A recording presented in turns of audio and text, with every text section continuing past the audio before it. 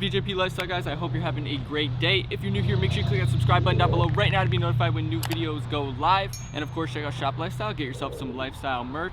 Now, I've been saying that I'm not going to do this for the longest time, but you guys finally convinced me, especially Black Limited X, I believe his YouTube channel. This will be linked down below. He did this install on his V6, and you know what? It happened. So I said, you know what? F it. So here it is, the K&N Cold Air Intake. I think it's like the 77 or something. I have no idea.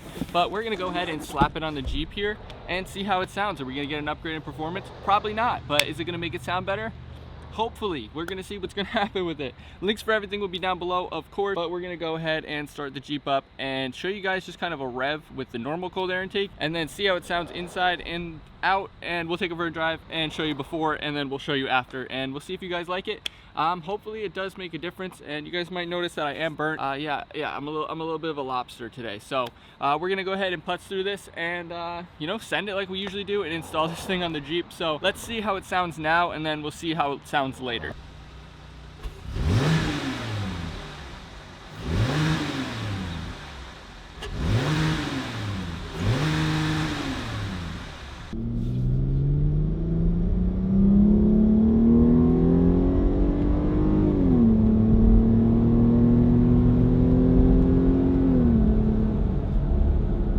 Hopefully you can hear that, and hopefully it changes with the new intake. I just want to show you guys the kind of disrespect that I get here. Yeah, just look at this. You can see that not only did it get a nice bird shit on it, they took the biggest one in the history.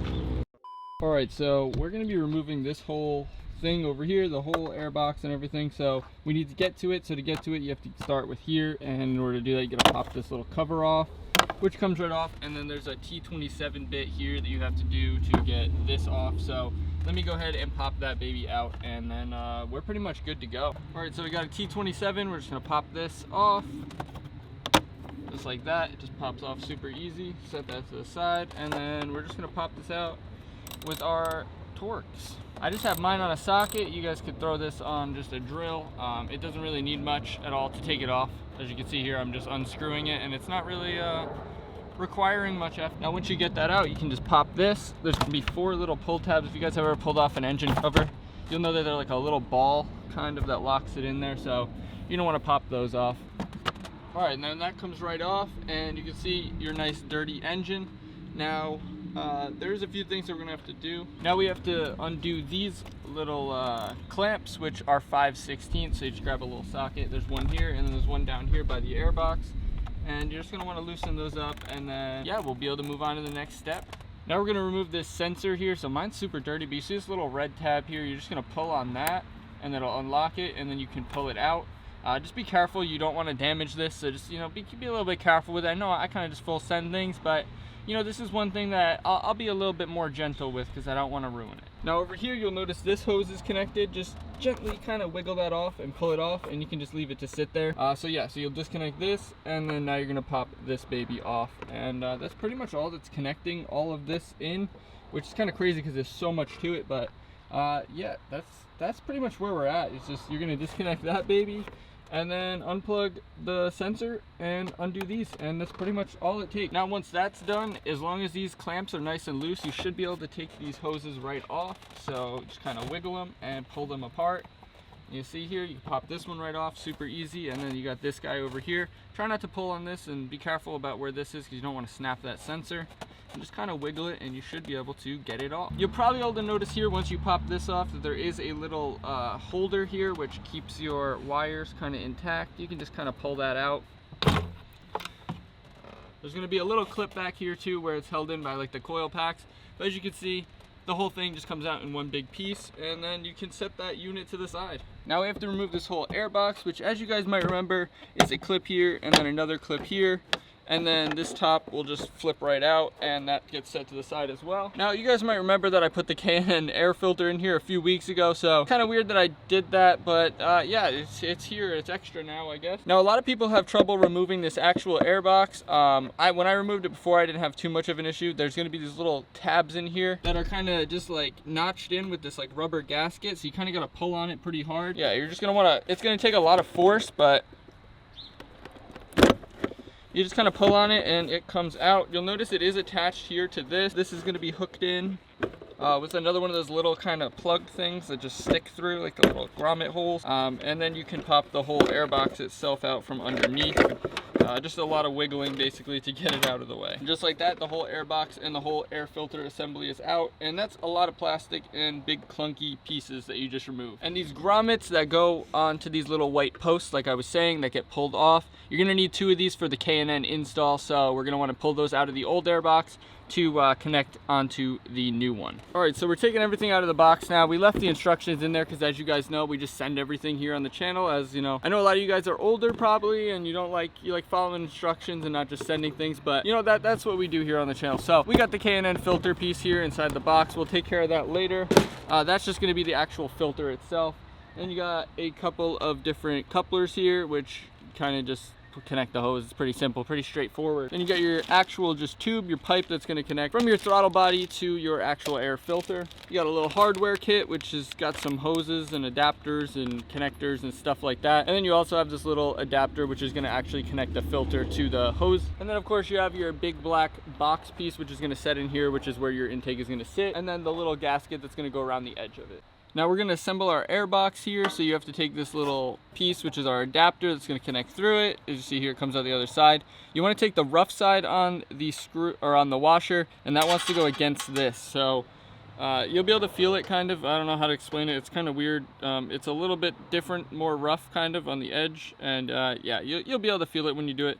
We just put the screw through there, and then we're just going to connect this together, and then we'll tighten it down. And then we're gonna add on our weather strip. Now you're gonna want to grab your 48 and your 52 millimeter clamp, your hose connector, which is gonna go over your throttle body here. So I'm gonna go ahead and slap this 48 on. Kind of have to stretch it around there, and then you can go ahead and tighten up your clamp just a bit, just to get it to sit a little bit nicer. Make sure it's nice and snug on there. You want this to have a nice tight connection. I'm actually gonna flip it around and do the smaller side, because there's kind of a smaller and a bigger side. It's like kind of tapered a little bit, so I'm going to do the 48 on that side and kind of stretch this one on, because I'm pretty sure that's the right way I'm supposed to do it. Now we're going to assemble our air box here, so you have to take this little piece, which is our adapter, that's going to connect through it. As you see here, it comes out the other side. You want to take the rough side on the screw or on the washer, and that wants to go against this. So you'll be able to feel it kind of. I don't know how to explain it. It's kind of weird. It's a little bit different, more rough kind of on the edge, and yeah, you'll be able to feel it when you do it. We just put the screw through there, and then we're just going to connect this together, and then we'll tighten it down. And then we're going to add on our weather strip. Now that you have that on and connected, you're going to take your large adapter hose kind of thing here, which is just going to slide on here. You can see you need your two 56 millimeter clamps, and you're just going to want to slide one over here like so, and then slide that onto here, and then that will get tightened down to obviously secure that. Now you also have to remove your sensor here and put it into the other tube. All you have to do is you have to pop the little lip and then twist it out. So there it is. It just pops right out. So you see this little notch here. I don't know if you could see it over that, but there's this little notch right here, and you just have to pop that out from the little lip and then twist it and unlock it, and then it'll come right out. More fun little assembly is going to be when you get your pipe. You have to put this little grommet in. It's pretty simple. You just kind of bend it around and squeeze it in, and it'll kind of squeeze in there, and then you have that grommet. That's going to be for your air sensor. And then over here you just got to screw this guy in, which is going to be for your little hose here. You can probably just hand tighten it as tight as it can get, really. I mean, it's plastic, so you don't want to over tighten it, but just make sure it's kind of lined up in there pretty good and pretty tight on there, so it's not going to have any issues.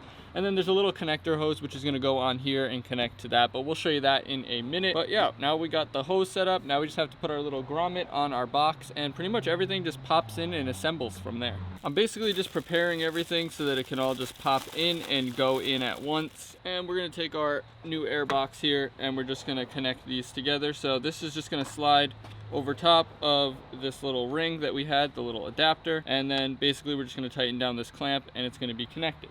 I'm just going to start here. It's supposed to go all the way around, so we'll see. And then I think we just kind of press this on and hope that it connects. Make sure you press it down tight, because it takes like a little bit of effort to kind of get it to click in and kind of lock in. And then obviously this corner is going to be a little bit difficult. So you can see here that it's all around the edge, which it's not that hard to do.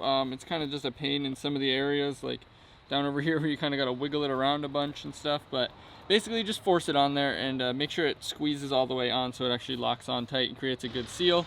And then yeah, that's pretty much all the prep for this besides the gaskets. So now we got our 2 little grommets here, and we're just gonna press those through from the other side here. Takes a little bit of effort, but you'll be able to squeeze it through. You're just gonna take it, big end obviously, out and just push it through like a normal grommet, and you'll be able to connect it, and it'll pop through all the way. And then now these are supposed to just lock in. It looks like it's supposed to rain here in a little bit all of a sudden, so that's not good. I really just can't get this hose off, so.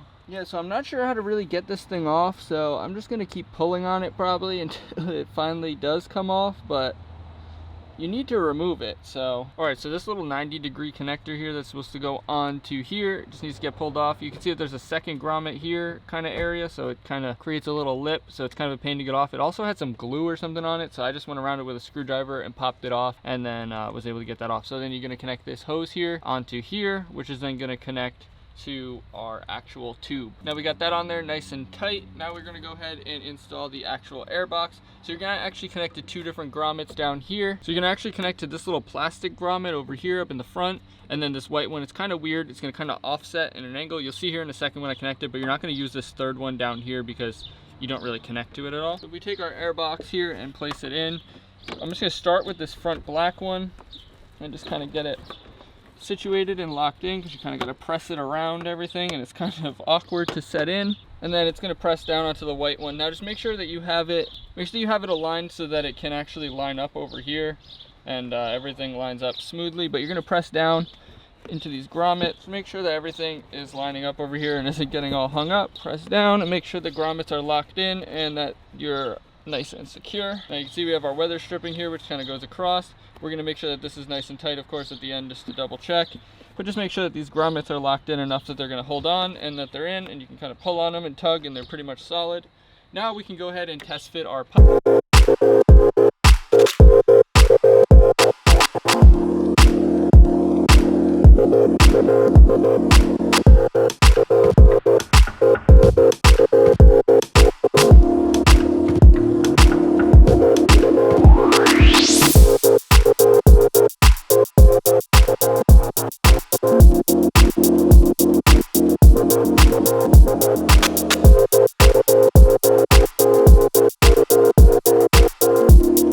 Got it in here. You can see this is all nice and tight. It's locked into our grommets down here. There's one on each side. Then this obviously is clamped onto the box piece here. Then it goes to this, which then clamps on your hose. Be a little bit careful, because as you can see here, there's like a little dent. Yeah, if you tighten it too much, then it's gonna kind of bend. It's very soft metal for whatever reason. And then we have our airflow sensor in here, which is all set in there and plugged in. And then our hose clamp over here, which obviously, like I said, you just screw it on, and then you go ahead and slide this baby on and it connects. And then again, same thing up here. Be careful, because it will bend. And then yeah, it's just clamped on. So let's go ahead and give it a first startup, and hopefully I didn't ruin anything too bad, because I think that's everything that I need to set up. So let's start it up and see if it sounds any different, or if there's anything good about it or not.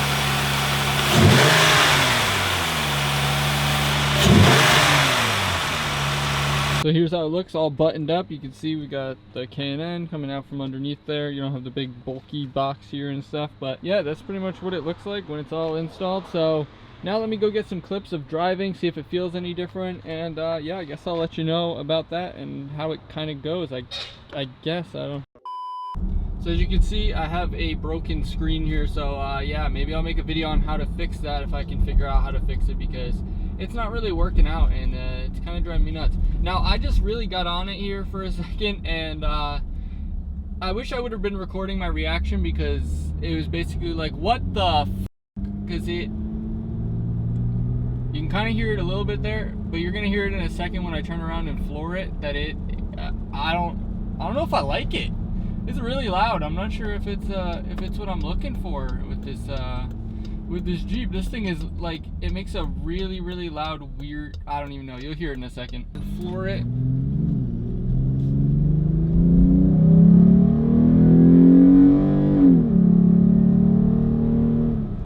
I don't know why it sounds like that. I don't know.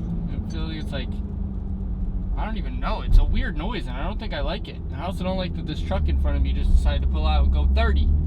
Alright, so this is with the windows down. It's probably going to be a little bit windy, but hopefully you can get a good understanding.